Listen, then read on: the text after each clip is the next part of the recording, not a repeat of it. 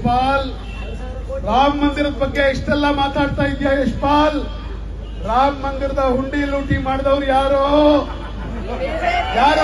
BJP. Rama ಮಂದಿರದ ಹುಂಡಿ ಲೂಟಿ ಮಾಡಿದವ್ರು ಯಾರು? ಹುಂಡಿ ಲೂಟಿ ಮಾಡಿದವ್ರು ಯಾರು? ಮಂದಿರದ ಹುಂಡಿ ಲೂಟಿ ಮಾಡಿದವ್ರು ಯಾರು? ಆದ್ರೆ ಯಶ್ಪಾಲ್ ಪಾಪ ಸುಧೀರ್ ಬುರಾಳಿ ಕೇಳಿದೆ ನಾನು, ಅಂಧಭಕ್ತಿ ಅಂದ್ರೇನು?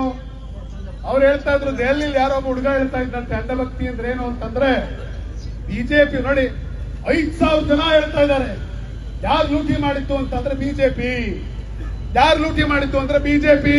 ಹೌದಾ? ಹೌದಾ? ಉಡುಪಿಯಲ್ಲಿ ಈ ನಡುಬೀದಿಯಲ್ಲಿ 5,000 ಜನ ಹೇಳ್ತಾ ಇದ್ದಾರೆ ಆ ರಾಮನ ಹುಂಡಿ ಕತ್ತವ್ರು ಬಿಜೆಪಿಯವರು ಅಂತ. ನಾನು ಕೇಳಿದೆ ಅಂಧಭಕ್ತರು ಯಾರು ಅಂತಂದ್ರೆ, ಒಂದ್ ವೇಳೆ ಬಿಜೆಪಿಯವರು ಏನಾದ್ರು ರಾಮನ ಹುಂಡಿ ಕದ್ರು ಅಂತ ಹೇಳಿದ್ರೆ ಈ ಮಾತನ್ನ ಸ್ವತಃ ದೇವರೇ ಬಂದು ನಾನು ಹುಂಡಿ ಕತ್ತವ್ರು ಬಿಜೆಪಿ ಅಂತ ಹೇಳಿದ್ರೆ ಪಾಪ ಅಂಧಭಕ್ತರು ಹೇಳ್ತಾರಂತೆ, ದೇವ್ರೆ ನೀನು ಮುಸ್ಲಿಮು, ದೇವ್ರೆ ನೀನ್ ಪಾಕಿಸ್ತಾನಕ್ಕೆ ಹೋಗು, ದೇವ್ರೆ ನೀನ್ ಆಂಟಿ ನ್ಯಾಷನಲ್ ಅಂತ ಹೇಳ್ಬಿಡ್ತಾರಂತೆ. ಇಂಥ ಮೂರ್ಖತನಕ್ಕೆ ಇವತ್ತು ಮದ್ದೊರೆಯೋದಕ್ಕಾಗಿ ಜನ ತಯಾರಾಗಿದ್ದಾರೆ. ಈ ಗುಂಡಾಗರ್ದಿ ನಡೆಯಲ್ಲ, ನಿಮ್ಮ ಮೋಸ ಸುಳ್ಳುಗಳು ನಡೆಯಲ್ಲ. ದೇಶ ಜಾಗೃತವಾಗಿದೆ, ದೇಶ ಎಚ್ಚೆತ್ತಿದೆ. ಯಶ್ಪಾಲ್ ಸುವರ್ಣ, ಉಡುಪಿ ಜನ ಕೂಡ ಎಚ್ಚೆತ್ತಿದ್ದಾರೆ. ದಯವಿಟ್ಟು ನೀವು ಎಚ್ಚೆತ್ಕೊಳ್ಳಿ. ಇಂಥ ಕೆಟ್ಟ ಮಾತುಗಳನ್ನು ಆಡಬೇಡಿ, ಕೆಡುಕು ಮಾತುಗಳನ್ನು ಆಡಬೇಡಿ. ನಾವು ಮನುಷ್ಯರು ಅನ್ನೋದನ್ನ ಮರಿಬೇಡಿ. ನಿಮ್ಮಂತೆ ರಾಹುಲ್ ಗಾಂಧಿನೂ ಮನುಷ್ಯ, ನರೇಂದ್ರ ಮೋದಿ ಕೂಡ ಮನುಷ್ಯ.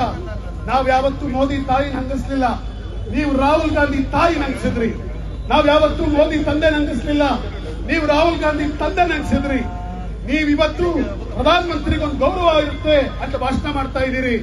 ಆದ್ರೆ ಮನಮೋಹನ್ ಸಿಂಗ್ ಅವ್ರ ಬಗ್ಗೆ ನೀವು ಟೀಕೆ ಮಾಡಬೇಕಾದ್ರೆ ಇದೇ ಮೋದಿ ಅವರು ಮನಮೋಹನ್ ಸಿಂಗ್ ರೈನ್ ಕೋಟ್ ಪಹನ್ಕರ್ ಸ್ನಾನ ಕರ್ತೆ ಹೇ ಅಂತ ಭಾಷಣ ಮಾಡಬೇಕಾದ್ರೆ, ಅವತ್ತು ಮನಮೋಹನ್ ಸಿಂಗ್ ಅವ್ರನ್ನ ಮೌನಿ ಸಿಂಗ್ ಅಂತ ನೀವು ಜರಿಬೇಕಾದ್ರೆ ಅವತ್ತಿದೇ ಪ್ರಧಾನಮಂತ್ರಿಗಳ ಮಾತಾಡಿದ್ರು. ನಾವು ನಿಮ್ಮ ಮಟ್ಟಕ್ಕೆ ನಾವು ಯಾವತ್ತೂ ಮಾತಾಡಲಿಲ್ಲ. ನಾವು ಹೇಳ್ತಾ ಇದ್ದೀವಿ, ಮಾತಿನಲ್ಲಿ ಸಭ್ಯತೆ ಇರಲಿ, ಮಾತಿನಲ್ಲಿ ಸತ್ಯ ಇರಲಿ, ಮಾತಿನಲ್ಲಿ ಪ್ರೀತಿ ಇರಲಿ, ವಿರೋಧದಲ್ಲಿ ಕೂಡ ಘನತೆ ಇರಲಿ. If injustice